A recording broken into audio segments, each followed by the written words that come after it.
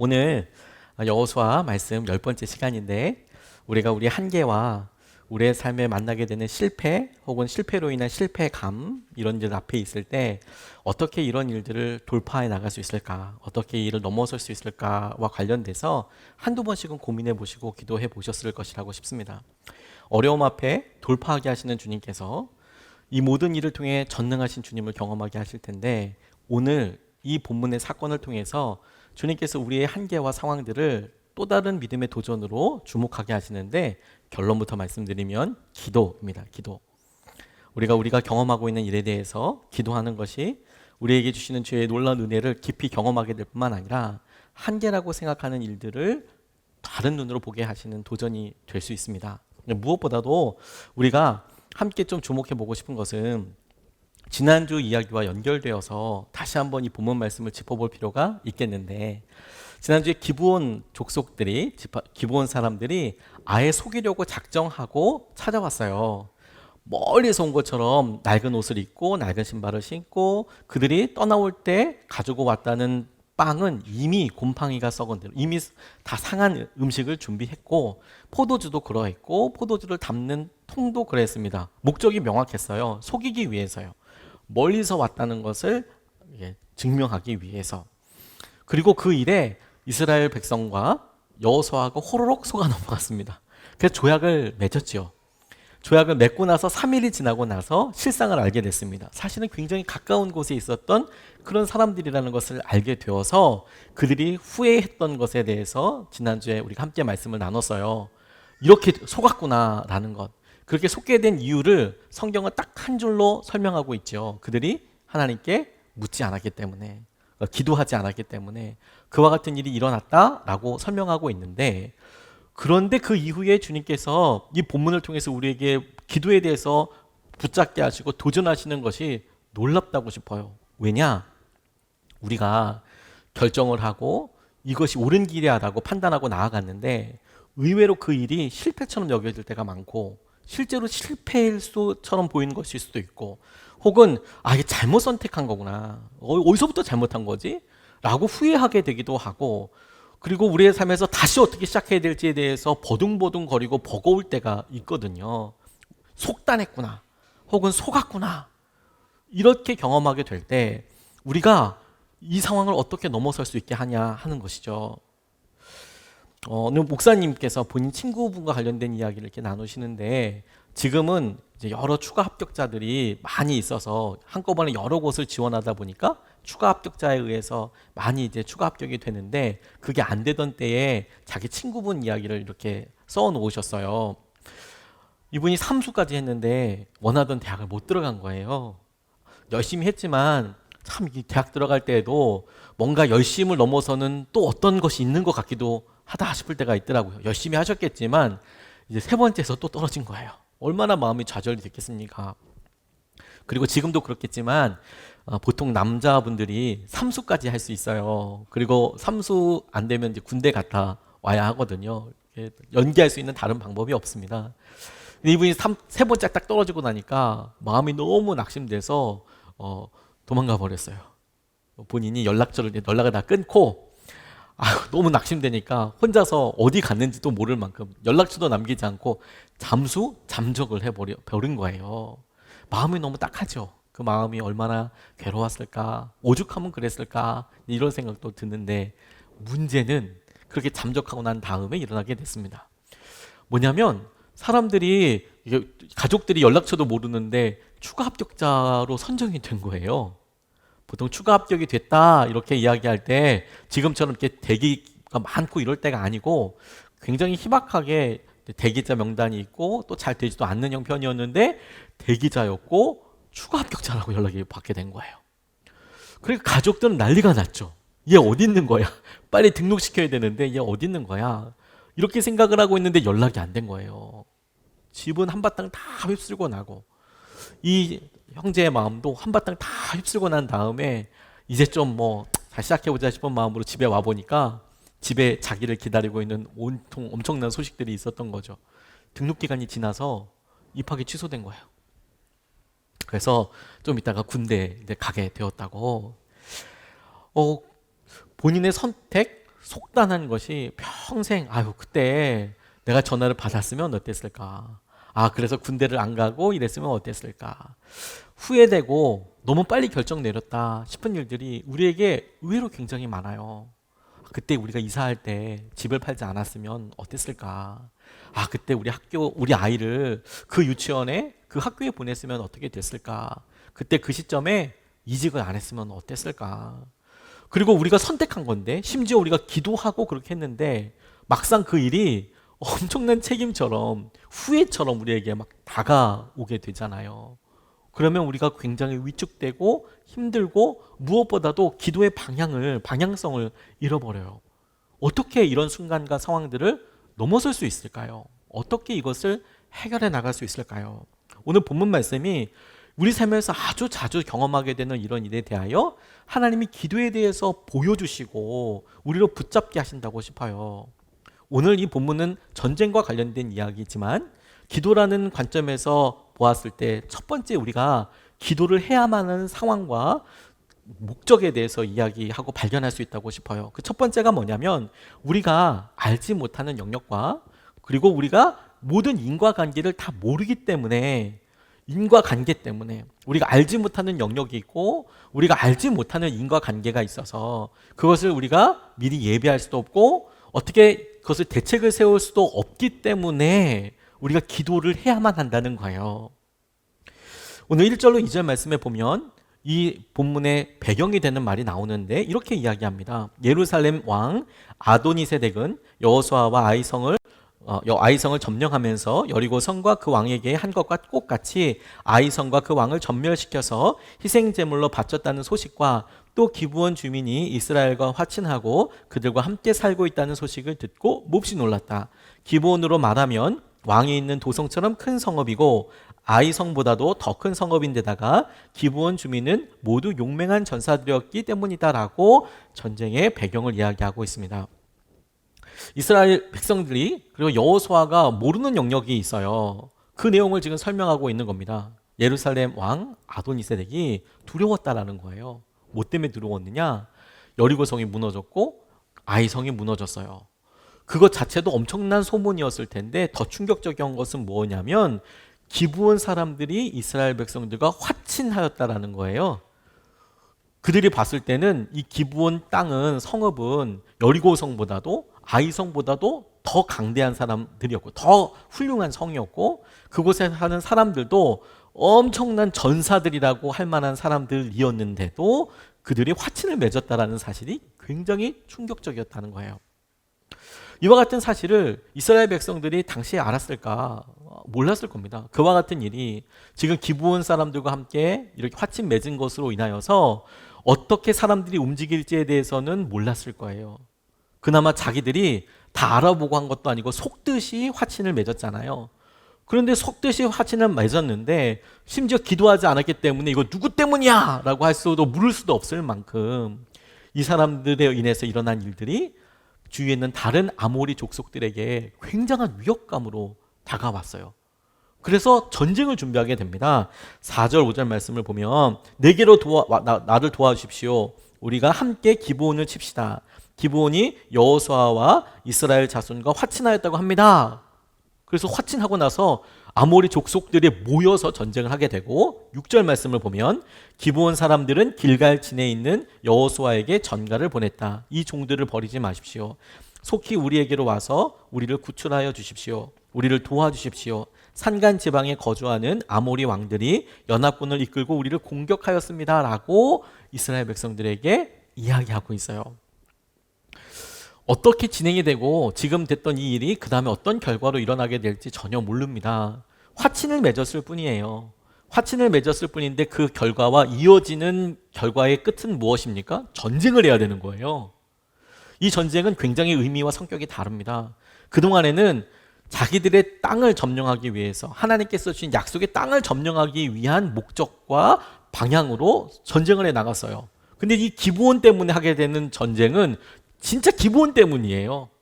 그리고 그들 중에 어떤 사람들은 이 전쟁을 우리가 왜 해야 해? 이건 지금 자기들에게 어떤 이득이 생기는 것도 아니고 더군다나 자기들이 속아서 한 일이란 말이에요. 그런데 지금 전쟁을 하게 된다는 거죠. 그러니 이것을 생각해 보면 충분히 후회할 만한 일이고 이걸 어떻게 해야 될까라고 자기들 사이에서 의견 충돌이 있을 법한 아주 굉장한 사건이었다고 싶어요. 더군다나 여러분, 믿음 생활을 하고 기도를 많이 했던 사람이라면 더 좌절이 됐을 거예요. 왜? 이 하나님 뜻대로 순종한 것인지 순종하지 않은 것인지 이거 분별하기가 굉장히 어렵거든요. 일은 되어져서 그 다음에 일이 일어났는데 지금 전쟁을 나가야 하는 상황이 되는 것이죠. 그러니까 모든 인과관계가 어떻게 됐는지 알 수가 없어요. 어떻게 이런 일이 일어나게 될지 몰랐고 그런데 그런 일을 만나게 됐어요. 자, 우리 앞에 있는 일들도 마찬가지입니다. 오늘 우리가 하고 있는 여러 일들과 상황들을 이 인과관계를 다 따져볼 수가 없어요. 그래서 어떻게 바뀔지도 모릅니다. 그리고 우리가 모르는 곳에서 어떤 논의들과 상황들이 있는지도 다 알지 못해요. 그러면 우리는 어떻게 살아야 하나요? 닥치지 않을 미래의 일에 대해서 두려워해야 하나요? 혹은 우리가 하지 않았던 일하고 계속 마음속으로 스스로 계속 안심시키면서 괜찮아, 상관없어 이렇게 생각해야 하는 건가요? 모든 인과관계를 다 알 수 없어요. 모든 영역을 다 아는 것도 아니고요. 그래서 두려워하는 사람도 있고 욕심을 내서 많은 예비책들을 준비하는 사람들도 있지만 주님은 굉장히 명확하고 간결하게 무엇을 해야 할지를 우리에게 알려주십니다. 기도해야 합니다. 기도. 그런 상황이 기도해야 되는 상황이에요. 왜? 어떤 일이 있을지 몰라요. 그리고 우리의 삶에 어떻게 인과관계가 형성될지도 흘러갈지도 몰라요. 그래서 우리는 연약해요. 그래서 겸손하게 하나님 앞에 기도해야 한다는 거예요. 그게 주님께서 여호수아와 관련된 이 사건들 통해서 우리에게 도전하시는 첫 번째 거라고 싶어요. 책임과 이럴 때 어려움의 원인을 묻는 것보다 주님 앞에 납작 엎드려 지금이라도 기도해야 한다는 것이죠. 그런 의미에서 그들이 보여주는 전쟁에 있어서 굉장히 놀라운 기도의 제목이 있어요. 무엇이냐면 해가 멈추고 달이 그 자리에 서는 놀라운 기도가 있었고 그 기도에 대한 응답이 있었습니다. 응답도 너무 놀랍죠. 어떻게 해가 멈추고 달이 멈출까? 그것을 설명하려는 여러 과학자들의 시도도 있고 또 해설들도 있지만 저는 더 놀라운 게 뭐냐면 아니 어떻게 실제로 멈췄을까도 놀랍지만 그 상황이 어떻게 그렇게 기도했을까가 더 놀라운 것 같아요. 아니 어떻게 해가 머물고 달이 그 자리에 서라고 기도할 수 있었을까? 어떻게 그렇게 말이 나올 수 있었을까 싶죠. 그리고 이것을 그렇게 생각해 보면 하나님께서 여호수아의 기도를 들으시고 이스라엘의 바람을 들으셨다고 생각한다면 이 본문에서 전쟁은 우리에게 더 놀랍고 충격적인 결론과 목적을 보게 하세요. 교훈을 갖게 하십니다. 그게 뭐냐면 두 번째로 실수 가운데서도 응답하여 준다라는 거예요. 우리의 연약함 가운데서도 기도를 들으시고 응답하여 준다는 거예요. 실패하게 되었고 심지어 우리가 실수했다고 생각됐고 잘못 결정됐다고 생각하는 그런 일에도 주님은 우리의 기도를 듣고 계신다라는 거예요. 7절에서부터 11절까지 말씀이 이렇게 증거하고 있습니다. 여호수아는 정예 부대를 포함한 전군을 이끌고 길갈에서 진군하여 올라갔다. 그때에 주님께서 여호수아에게 말씀하셨다. 그들을 두려워하지 말아라. 내가 그들을 너의 손에 넘겨주겠다. 그들 가운데서 한 사람도 너를 당할 수 없을 것이다. 길갈에서 떠난 여호수아의 군대는 밤새도록 진군하여 기습작전을 폈다. 주님께서 이스라엘 군대 앞에서 그들을 혼란에 빠지게 하시니 여호수아는 기브온에서 그들을 크게 무찔러 승리하였다. 그는 베토론의 오르막길을 따라서 아세가와 막게다까지 추격하여 그들을 무찔렀다. 그들이 이스라엘 군대 앞에서 도망하여 베토론의 내리막길에 이르렀을 때에 주님께서 거기에서부터 아세가에 이르기까지 하늘에서 그들에게 큰 우박을 퍼부으셨으므로 많은 사람이 죽었다. 우박으로 죽은 자가 이스라엘 자손의 칼에 찔려서 죽은 자보다 더 많았다라고 이 전쟁 상황을 자세하게 설명하고 계시죠. 기도했고 그 기도대로 주님께서 이끌어 가시고 사용하여 주시는 여러 일들 가운데 어떤 일이 있었냐면 그들이 주님께서 주시는 놀라운 은혜의 수혜자가 됐다는 거예요. 응답을 받았다는 겁니다. 우리가 마음속에 잘못 결정했어. 혹은 그때 분별을 잘못한 것 같아. 그래서 심각하게 다시 기도하고 어려울 때 제일 먼저 우리에게 오는 부담감과 우리의 삶에 영향을 미치게 되는, 우리가 영향을 받게 되는 영역이 뭐냐면 주님을 신뢰하는 것과 관련된 부분이에요. 어떻게 기도해야 될지를 모르겠는 거예요. 가만 따져보면 내가 죄를 지은 것 같고 죄 때문에 응답 안 해주는 것 같기도 하고 내가 주님의 뜻에 불순종했기 때문에 들어주지 않는 것 같아 느껴질 때도 있고 지금 잘못된 관계 아니 어려운 관계들이 있어서 주님께서 뭔가 응답하지 않으시는 것 같고 모든 경우의 수를 다 가지고 생각하죠. 그래서 제일 먼저 우리에게 응답되는 게 뭐냐면 기도하지 않게 돼요. 감히 기도하지 못하게 되죠. 그리고 낙담하게 됩니다. 기도에 대해서 응답이 없는 이유 있다면 하나밖에 없을 거예요. 간절히 구하지 않기 때문입니다. 그것밖에 없어요. 하나님은 우리에게 끊임없이 당신을 알려주기 원하시거든요. 그리고 주목해야 될 게 뭐냐면 이스라엘 백성들과 여호수아가 분명히 그들이 원치 않은 내다보지 않았기 때문에 기도도 하지 않고 그렇게 내렸던 결과들에 의해서 전쟁을 치러야 하고 그 전쟁을 치러서 자기들의 책임을 져야 하는 그 상황에서도 하나님은 이스라엘의 기도를 들어주셨다라는 거예요. 하나님께서 여호수아에게 이스라엘에게 왜 그랬어? 라고 묻지 않으셨어요. 너 왜 그랬어? 왜 그랬니? 그리고 기도하지 않는 것에 대해서 뭔가 또 다른 그들에게 어떤 벌을 주시지 않으셨어요.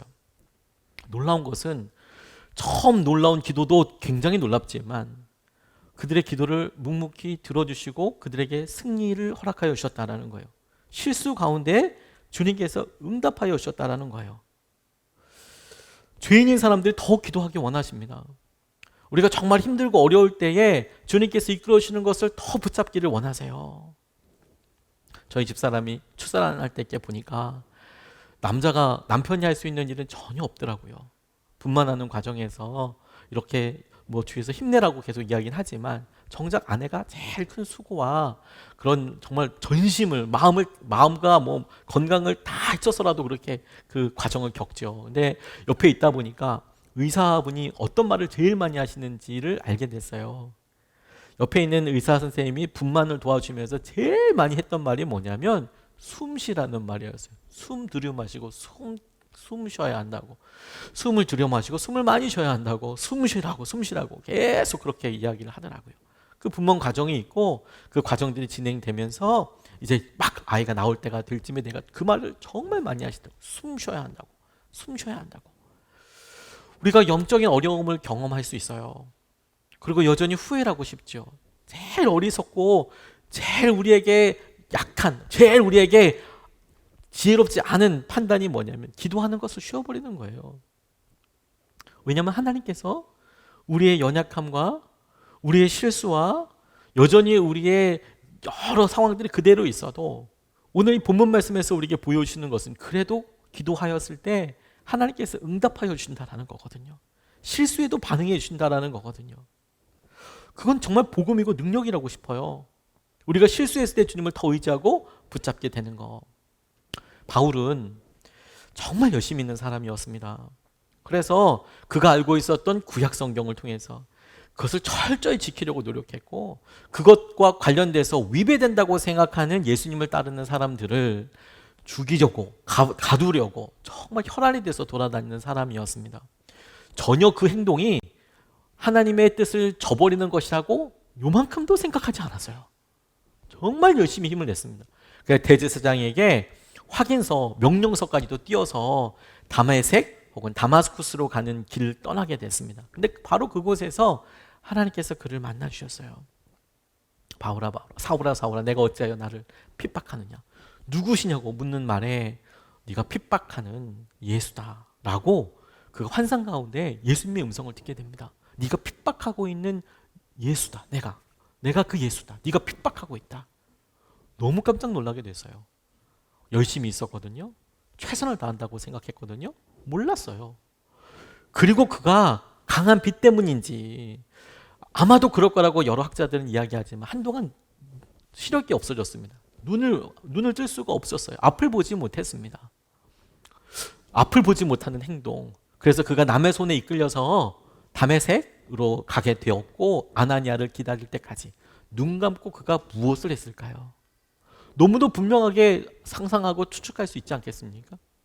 그가 했던 것을 우리는 기도라고 불러요. 하나님께 왜 이런 일을 내가 당했는지, 이 일이 하나님을 위해서 했던 행동들이 하나님께는 어떻게 느껴졌는지, 그리고 하나님께서 이를 통하여서 가지고 계신 일은 무엇인지, 무엇보다도 네가 핍박하는 예수다라는 이야기를 통해서 예수님과 끊임없이 내적으로 이야기하고 질문하고 자기가 했던 행동들을 반추하고 비교해보지 않았겠습니까? 그걸 기도라고 그러는 거예요.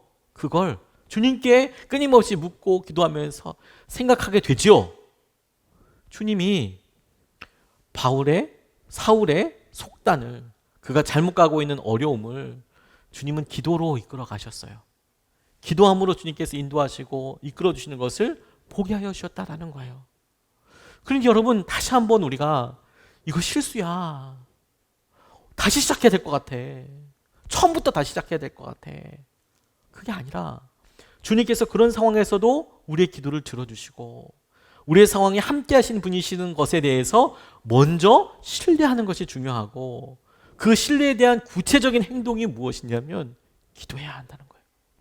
주님은 우리가 실수하고 우리가 연약하고 우리가 힘든 과정에서도 우리를 붙잡아 주세요. 만약 여러분, 우리가 완전할 때, 우리가 모든 것이 해결되어 있을 때에, 그때만 주님께서 우리의 기도를 들으시고 우리에게 응답하여 주시는 분이라는 거라고 한다면 십자가 자체가 말이 되지 않아요. 우리가 아직 여전히 우리가 죄인이었을 때, 그럼에도 불구하고 주님께서는 우리를 구원하시고 우리를 이끌어 오셨잖아요. 그때도 우리의 기도를 들어주신 거잖아요. 그러면 그때랑 지금이랑 차이가 뭐가 있습니까? 근데 우리가 했기 때문에, 우리가 결정했기 때문에, 우리가 그런 판단을 했기 때문에, 한 걸음 나아갔기 때문에, 그래서 우리가 예측하지 못했던 커다란 책임을 져야 하고 자책하기 때문에 제일 중요한 기도를 하지 않아요. 몇 번이라도 강조해서 고쳐서 다시 말씀드리고 싶어요. 주님은 실수 가운데서도, 심지어 우리의 잘못된 선택 가운데서도 주님은 우리의 기도에 응답하여 주세요. 우리가 원하는 간절한 기도를 통해서 원하는 대로 응답해 주신다는 것이 아니라, 주님은 우리가 원하는 기도를 통해서 우리와 말을 하기 원하세요. 대화를. 주님 우리를 설득하실 거예요. 우리를 붙잡아 주실 거예요. 우리에게 주의 놀라운 뜻을 알려주실 거예요. 저는 이 본문 말씀에서, 그래서 여호수아가 기도해서 승리했다? 그 기도 제목이 놀랍다라는 것도 정말 마음에 와서 닿았지만, 하나님께서 그런 연약함으로 인하여서 스스로 마주하게 되는, 자기가 자발적으로 그렇게 해서 자기가 일으켜서 되는 그 전쟁까지도 하나님이 간섭해 주셨다? 승리하게 해주셨다? 이게 우리가 붙잡고 함께 기도하면 좋겠어요. 여러분, 더 이상 자책하지 말고 주님께 기도하는 것, 주님을 의지하는 것이 먼저이죠. 그렇게 생각해 보면 오늘 주님께서 이 본문을 통해서 우리에게 놀라운 약속과도 같은 것을 허락하여 주십니다. 전쟁과도 같은 일, 내가 원치 않았지만 했던 행동에 의한 결과를 책임져야 되는 일, 그 일을 하게 될 때 주님께서 오늘 이 본문 말씀을 통해서 우리에게 약속과도 같이 복음처럼 놀랍게 우리에게 선포해 주시는 말씀이 있어요. 저는 본문을 묵상하면서 이 말씀 때문에 너무 큰 위로와 힘이 되었습니다. 12절로 14절까지 말씀에 이렇게 증거하고 있습니다. 주님께서 아모리 사람들을 이스라엘 자손에게 넘겨주신 날에 여호수아가 주님께 아뢰었다. 이스라엘 백성이 보는 앞에서 그가 외쳤다.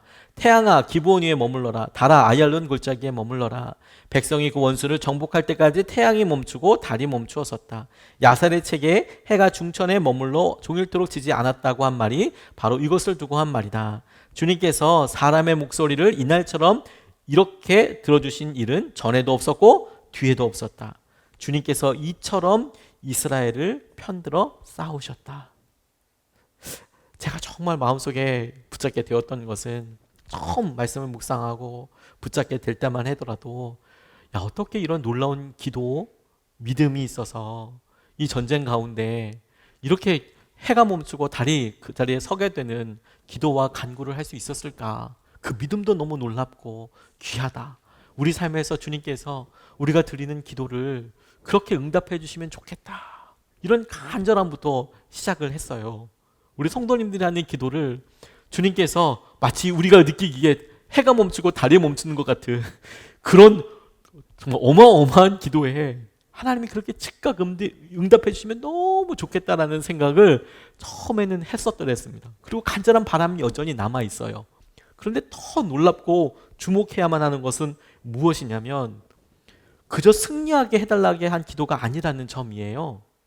해가 멈추고 달이 그 자리에 머무는 기도가 이런 생각을 해보면 어떻습니까? 기도하면 응답해 주시는데 우박이 떨어져서 엄청나게 많은 사람들이 죽었다면서요. 그러면 우리 기도는 어떻게 보통 진행이 되냐면 주님 이 전쟁에서 승리하게 해주십시오라고 보통 기도합니다. 그럼 주님께서 마치 히스기야 시대 때나 주님의 기도로 나아갔을 때 13만 5천 명의 사람들이 하룻밤 사이에 다 죽음을 겪게 되는 그런 일처럼 엄청난 승리를 경험할 수 있지 않겠습니까? 그냥 기도하는데 주님 이 전쟁을 승리하게 해주십시오. 땅 갈라지고 사람들 들어가고 막 이렇게 나오는 전쟁의 그림을 그릴 수 있지 않겠습니까? 근데 여호수아의 기도의 내용이 뭐냐면 그 핵심이 엄청난 내용도 내용이지만 그것을 가만히 풀어보면 주님 전쟁이 계속되고 있어요. 이 전쟁에서 우리가 지금 싸우고 있습니다. 이 싸우는 전쟁에서 우리가 끝까지 싸워보고 싶습니다. 끝까지 승리하고 싶습니다. 우리가 이 일에 끝까지 최선을 다해보고 싶습니다. 저는 그렇게 붙잡혀지더라고요. 해가 지지 않고 달이 오르지 않아서 시간이 멈추듯하는 그 시간 동안에 하나님은 그 일을 해주시지만 이스라엘 사람들은 가만히 기다리면 되는 게 아니라 싸워야 되는 거였어요. 최선을 다해서 목숨을 걸고. 여호수아의 기도가 하나님께서 다 해주세요. 주님 다 해주시고 나는 그냥 가고가 아니라 주님께서 하시는 그 일에 우리가 함께하며 최선을 다하여 싸우게 해주십시오. 하나님 그런 기회를 우리에게 주십시오. 라고 이야기하고 있어요. 전 이게 너무너무 놀랍다고 싶어요. 우리는 보통 하나님 다 한꺼번에 이런 승리와 그래서 결국에 결과로 이렇게 이어지는 것은 우리가 생각하지 못했던 그런 엄청난 종합 선물 세트 같은 그런 은혜라고 생각하잖아요. 근데 여호수아의 기도에서 우리가 보게 되는 것은 뭐냐면 하나님께서 주신 이 기회에 내가 최선을 다할 수 있게 해주십시오. 내가 최선을 다해서 싸울 수 있게 해주십시오. 그때로 주님께서 하시는 승리에 우리도 함께 가게 해주십시오. 라는 것이죠. 그리고 그 일을 주님께서 이렇게 해석하듯이 믿음으로 덧대어 주신 거예요. 그런 기도에 맞추어서 주님께서 그들의 편에서 싸우셨대요. 자기들이 그와 같이 열심히 싸우겠다고 지금 기도하는 거 아닙니까? 그런데 하나님은 그 기도와 이스라엘 백성들과 그 전부터 약속해 주신 것을 신실하게 이루어 가시며 이스라엘의 편에서 싸우셨다는 거예요. 싸우고 계셨다라는 거예요. 기도할 때 여러분 우리가 하나님께서 일하시는 곳으로 다시 나아가는 거예요. 우리는 기도하면 우리의 관심에 하나님께서 찾아오시는 것처럼 이렇게 생각하지만 기도를 하는 순간 실제로 하나님께서 하시는 일 가운데 우리가 들어가는 겁니다. 우리가 보는 것은 여호수아와 이스라엘 백성처럼 눈앞에 보이는 전쟁과 어려운 상황들에 집중하죠. 어려운 상황과 이 일을 보면서 안타까워합니다. 그런데 하나님께서는 우리가 알지 못하는 다른 원인과 결과들, 다른 영역들에 대해서 여전히 일하고 계시죠. 이 일을 통하여서 주변의 여러 소문과 여러 다른 민족들과 앞으로 있게 될 여러 일들과 우상을 쫓아내는 일들과 영적인 여러 다툼과 승리, 이런 우리가 생각하지 못했던 모든 것들을 주님께서는 총괄적으로 총체적으로 그렇게 경영하고 일하고 계시죠. 근데 우리가 보는 것은 그 원인, 그 부분에 해당되는 싸움이고 전쟁이죠. 그런데 여러분, 우리가 우리 앞에 직면한 이 안타까운 전쟁, 갈등 상황을 놓고 기도하게 될 때 우리는 주님께서 이 전체를 이루어 가시는 그 일에 기도로 동참하게 되는 거예요. 그러니까 우리가 주님 편이 되는 것이죠. 그리고 주님께서는 우리의 기도에 반드시 응답해 가시고 이끌어 가시는 거예요. 제가 이 말씀을 붙잡고 나니까 주님께서 하나 제게 더 깨닫게 해주신 것이 있었습니다. 주님이 우리의 기도와 그 기도에 응답하셔서 우리의 편이 되어주신다. 이 말을 가만히 생각하고 곱씹어 보니까 제게 너무 감사하면서도 제가 너무도 큰 감사, 큰 은혜임에도 불구하고 잊고 있었던 것이 있더라고요. 주님이 우리 편이시랍니다. 주님이 여러분의 편이 아닙니다. 주님이 당신의 편이시랍니다. 여러분들이 이 말이 어떻게 다가오십니까? 오해가 없었으면 좋겠지만 저는 어떤 의미로 하나님은 공평하지 않으시다라는 생각을 하게 됐어요.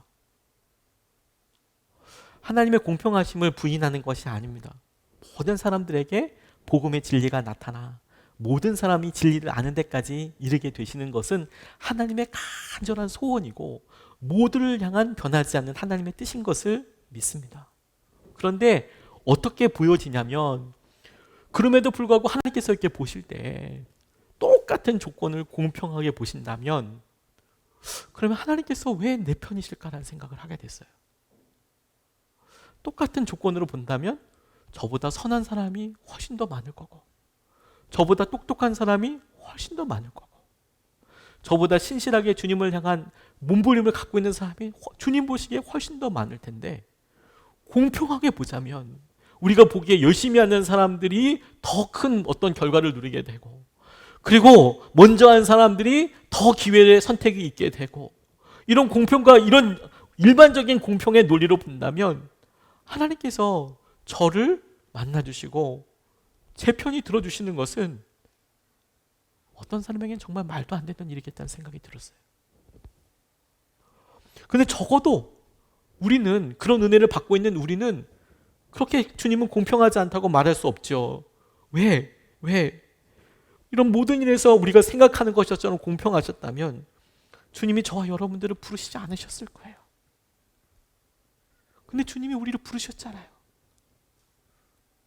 그 일은 주님이 공평하지 않아서가 아니라 공평하신 하나님이 되기 위하여 우리를 쓰시고자 하시는 것이죠. 그게 우리에게 너무 중요한 사명이고 주님께서 부르시는 것이죠. 그런 의미에서 다시 한번 우리가 이 본문 말씀을 붙잡게 되는 거예요. 주님께서 이처럼 이스라엘을 편들어 싸우셨다.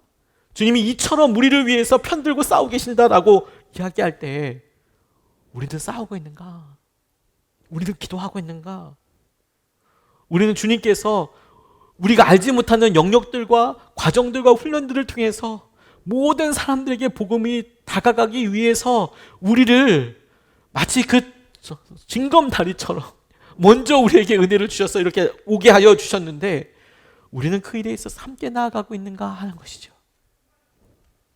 이 일에 우리가 기도하는 것으로 주의 놀라운 은혜와 마음을 함께 경험할 수 있어요.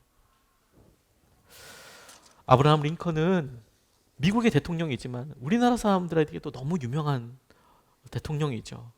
그가 남북전쟁 때 남북전쟁의 여러 일들의 에피소드가 많지만 유명한 말들을 많이 남겼습니다. 그 중에 하나가 뭐냐면 우리에게 로버트 리 남군의 장군입니다. 유명한 장군입니다. 로버트 리 같은 명장이 없었음이 오히려 다행이었다고 이야기했어요. 왜 그런지 아세요? 그렇게 뛰어난 장군이 없었던 게 오히려 북군의 다행이다. 이유가 뭐냐면 그걸 기도하게 됐다는 거예요. 그래서 그런 뛰어난 장군이 없으니까 기도하게 되었다. 그런 명장이 없었기 때문에 우리는 하나님을 의지할 수밖에 없었고 기도할 수밖에 없었다. 그래서 그 링컨이 기도의 승리라고 이야기해요. 기도의 승리라고. 이 모든 것은 기도의 승리라고. 여호수아를 통해서 하나님께서 우리에게 말씀하시고 이끌어주시는 것도 똑같다고 싶어요. 기도의 승리입니다. 우리가 주님께서 하시는 은혜와 마음을 붙잡도록 주님께서 우리를 이끌어주시고 인도하여 주시는 것이죠. 그리고 우리가 기도하기를 결정할 때 주님이 싸우시는 것을 우리가 보게 될 거예요. 우리의 편이신 것을. 우리가 놀랍게 이끌어주시는 것을. 우리가 잃었던 감각들에 대해서 오늘 여호수아와 이스라엘의 전쟁을 통하여 주님의 이 놀라운 사랑을 다시 한번 회복하고 붙잡게 되기를 원합니다. 여전히 여러분 우리가 알지 못하는 여러 일들이 있습니다. 지금은 우리가 보기에 너무도 좌절되고 낙담이 되는 일 앞에 우리가 있을 수 있어요. 건강에 대해서나 부모님의 어떤 모습들이 우리에게 한없이 한숨이 될 때가 있습니다. 사랑하기 때문에 그런 거지만 한숨이 될 때가 있어요. 우리의 직장이나 지금 들어오고 있는 수입이나 그래서 아이들을 앞으로 어떻게 교육시키는 것에 대해서 답이 없어 보일 때도 있어요. 중요한 선택 앞에 있는데 왜 하나님은 이렇게 빨리 우리가 원하는 이때 지금 응답해 주시지 않는 것처럼 여겨질까? 그게 우리에게 좌절처럼 느껴질 수 있어요. 무엇보다도 우리가 과거에 했던 어떤 행동 때문에 끊임없이 기도할 때마다 그 행동이 생각나서 그러지 말았어야 하는데 그때 그게 내가 실수였나 보다. 불순종했나 보다. 거기에 매여있기를 원치 않으세요. 주님은 여전히 우리의 하나님이시고 기도하기를 원하세요. 그 기도에 응답하기를 원하세요. 어리석음이 있다면 기도하지 않는 지금이고 우리인 거예요. 우리가 기도하면 주님은 오늘 본문 말씀에 여호수아와 이스라엘에게 말씀하셨던 것처럼 약속하고 계신 거잖아요. 주님은 기도하는 사람들을 편들어 싸우세요.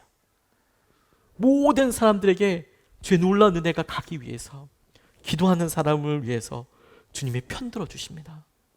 오늘 우리가 주님 앞에 이 기도의 능력을 회복하고 다시 한번 주님을 신뢰하고 의지하고 주님을 붙잡을 수 있으면 좋겠습니다. 같이 찬양하고 기도하고 싶어요. 우리가 기도하는 것보다 주님은 늘 놀랍게 응답하고 계시고 채워주세요. 우리가 기도하는 것보다 더 많은 것들을 이루어주세요. 우리 가운데 주님은 역사하고 계시고 능력대로 우리가 간구하는 그 모든 것들보다도 더 능히, 더 놀랍게 우리를 책임져 주실 거예요. 우리가 자꾸 그 사실을 자꾸 자책하고 자꾸 후회하고 자꾸 돌이키는 것이 아니라, 회개는 분명히 했고 주님 앞에 한 걸음 내어 섰다면, 그러면 주님의 약속에 의지해서 그 주님께 기도하며 나아가는 거예요. 주님이 붙잡아 주실 거예요. 우리 편들어 주실 거예요. 찬양하고 기도하겠습니다.